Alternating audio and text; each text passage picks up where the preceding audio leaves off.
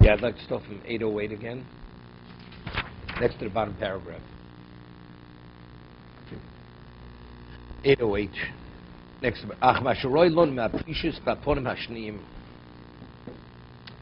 The abstinence, the second kind of abstinence, which has relevance to our senses and our limbs, our actions. It's divided into two parts.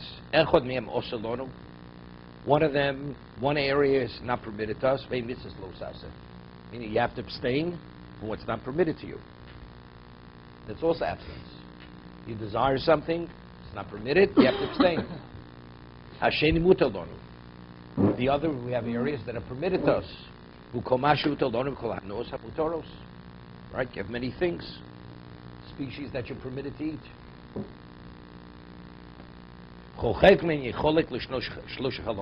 And each one of them is divided into three, meaning what you're not permitted and what's permitted to you. What's not permitted to us has relevance to three things, three applications. Either it's something that a person desires. He says he has a natural longing for that. Naturally, you desire it. Kaznus. Hagozel v'aribis.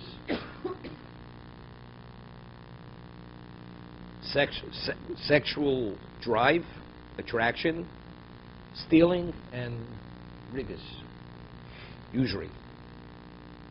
Ulahabas min ha'machal v'ha'mishteh osalonu. And to increase our eating and drinking food items or liquids which are not permitted to us. You have a desire.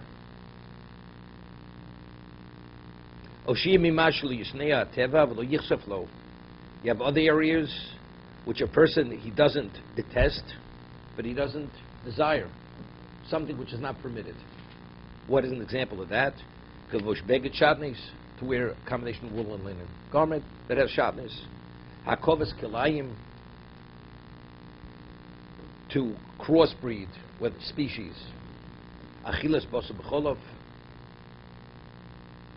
to eat a combination of milk and meat. Achilas chelev, harbe chadom is it.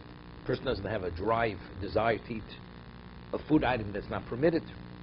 Oshiyim mashi snei ateva saiv nefesh. There's another area of what's not permitted you have to abstain from, which a person naturally detests. What is that? Kachilas hanevelo, eating something which is an animal that died.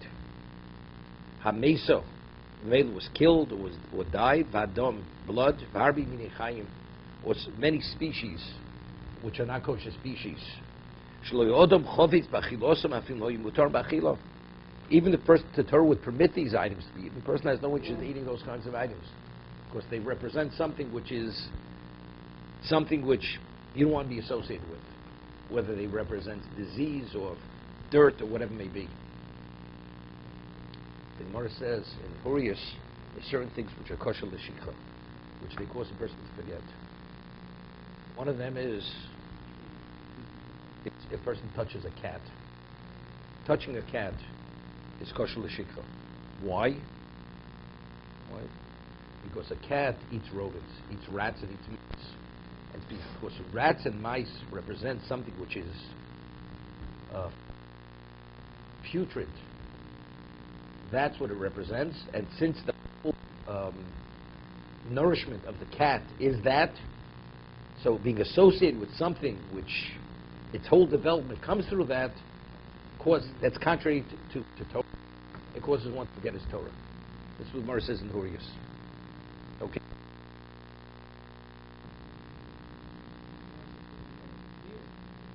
One thing has nothing to do with another.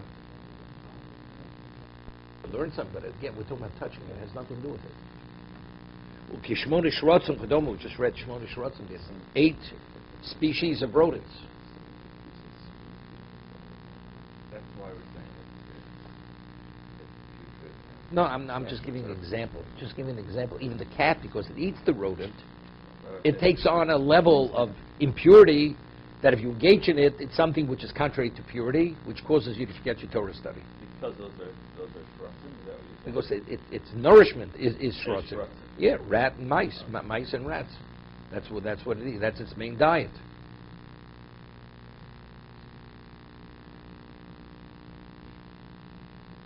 The roilecha of ochi, and it's appropriate, my brothers, to yasir nafshecha beprishus kol mashsivcha elokim lefresh mimenu, to discipline yourself in all the areas which the Torah dictates that you should abstain from. Hear this? Listen to this. You should discipline yourself to such a degree ad shedagia min hatiyuf v'amius mini hatanuga memenuim v'ataybus hatachlis sheyeshove b'tivcha tov min osir. He says you should discipline to such a degree, to such a point, that even initially what was iris to you, desirable to you, should become detestable. Understand? Even though it says in Chazal that a person is not supposed to say, the reason why I'm not eating it is because it's not desirable, but rather because Hashem said.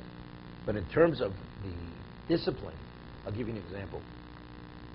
Now, Baruch Hashem today, in terms of the diet, person who, not talking about being on a diet, I mean health-wise, eating a healthy diet, right? You go to certain populations. Remember, I once walked into somewhere in Israel. This person was sitting there, eating breakfast, butter, cheese, smoking a cigarette, everything together, simultaneous. Couldn't look at the man. I mean, he was destroying himself. You know what I mean? This is, you can imagine with what he eats in the other meals during the day. No consideration for his health whatsoever. So a person who has a discipline, there's nothing wrong with eggs, by but everything coming together, it was detestable. It's like no concern for his health. The man is like digging his own grave with his fork over here. That's what's going on. A person could develop a discipline because of the way he maintains himself, that even what initially was desirable to him becomes detestable. I mean, everything is the way you're acclimated. Pig, right? Pork.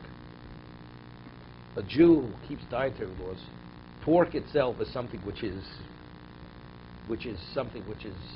detestable to a religious Jew. That's what it is. If it's nevela, not so much. Right? Not meat that's not ritually slaughtered. I mean, you couldn't tell a kosher steak from a non-kosher steak, right? And when you broil it, it smells the same. But knowing that it's not kosher, immediately it should somehow create a certain reaction or response within you. This is not for me, because it's not kosher. It's a special level.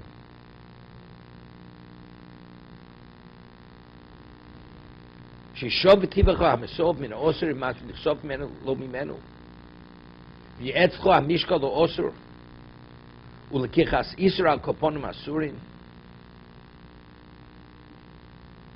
Sexual relations which are not permitted. V'shnitzkabi b'klon chavercho genuso.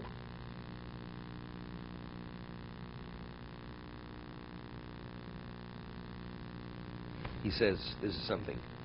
Self-aggrandizement through the humiliation of one's fellow and his disparagement. This is known as miskapit lo chavero. A person, he actually gains on somebody else's loss or somebody else's embarrassment. A person actually has an interest in this. It says, it's a pasuk in Mishlei, b'nefol yivchal tismach. You should not rejoice for the fall of your enemies. It's specifically Jews. Maybe and all of a sudden, he has a financial loss. The person may not verbally say something, but internally, he's glowing. That this other person was, he's suffering, he's in pain, or whatever it may be. He deserves what he got, whatever it is. Eating mouse, blood, or another type of rodent. It It's something that you will abominate, your nature will abominate and detest. To be continued. So it puts Ribis as something that people have natural drives for, as opposed to just being opportunistic. People justify usually. What do you charge? Because if I'd invest my money, I'd make art. Right. So it puts Ribis in the same category as a sexual drive or the idea of someone's drive to steal. It's those three Same things. idea. Because really, you're taking something you have no right to take. Torah says you have no right to take something that's not yours. Right, but it's listed as something someone has this natural inclination. Sure, to make drive. money. If you have a desire to steal, definitely ribis, which can be justified. Right. It's just like It's even you're more attracted to usury than to stealing.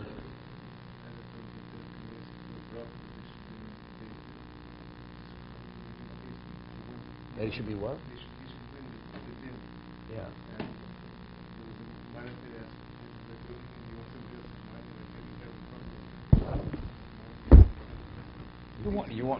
You want to get only if it's rightfully yours.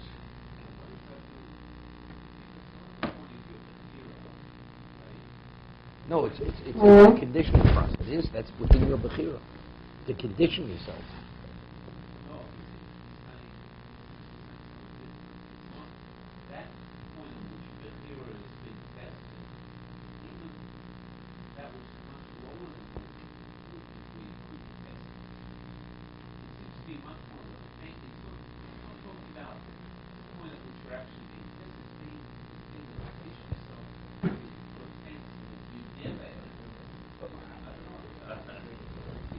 Well, that's the whole concept of precious. That is the concept of precious.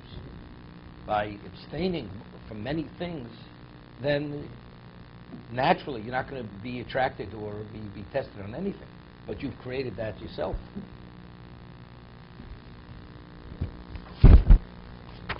Okay.